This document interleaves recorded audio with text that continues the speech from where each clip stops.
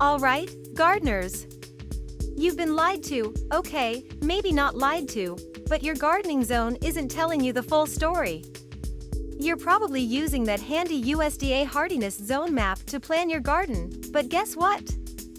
That's only half the picture. If you're wondering why some plants thrive while others struggle, even though you're following the rules, stick around because I'm about to expose the hidden insights your gardening zone isn't telling you. Let's start with the biggest mistake gardeners make, thinking that their hardiness zone tells them everything they need to know.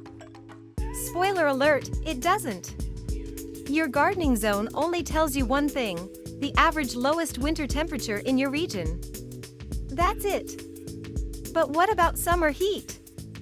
What about soil conditions? What about rainfall patterns? Those factors matter just as much, if not more, for growing a thriving garden. Now, let's talk about something that could completely change how you garden: microclimates. Your yard is not just one gardening zone, it actually has multiple microzones. Ever notice how one corner of your yard always melts snow first? Or how a certain spot near a wall keeps your plants alive longer in the fall? That's a microclimate in action. Here's what affects it: sun exposure, south-facing walls get more heat.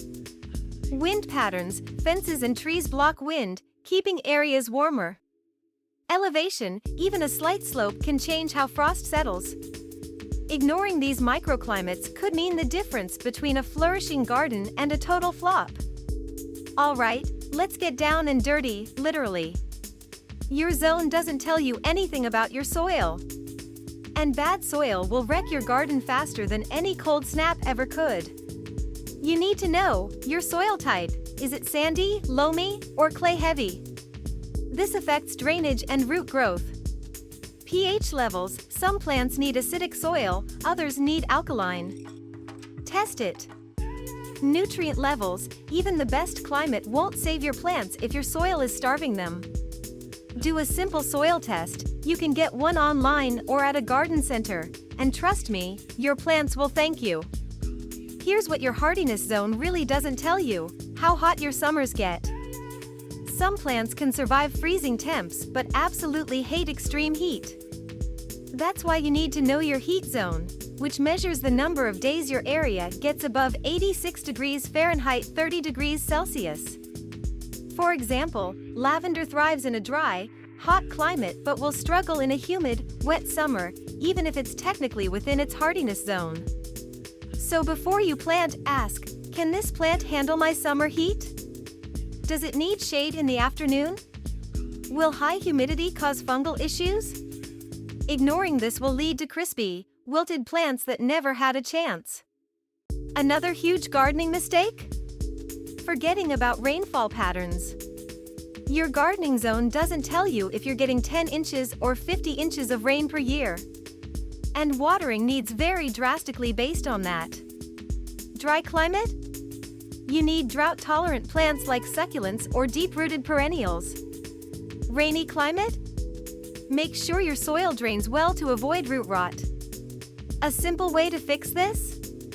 Mulch.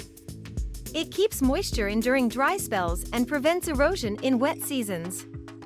Alright, now that you know the hidden truths your gardening zone isn't telling you, here's what to do. Find your microclimates, walk around your yard.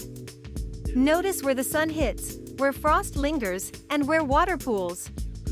Test your soil, get a test kit and learn what you're working with. Adjust with compost, sand, or other amendments.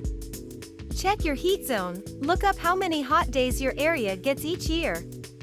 Monitor your rainfall, keep track of how much water your plants are getting and adjust your watering habits.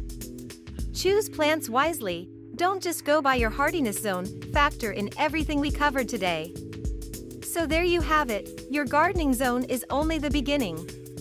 If you want a thriving, low-maintenance garden, think beyond the zone. If this blew your mind, hit that like button. Got a gardening struggle you want solved? Drop it in the comments. And don't forget to subscribe for more insider gardening tips. Happy gardening, and I'll see you in the next video.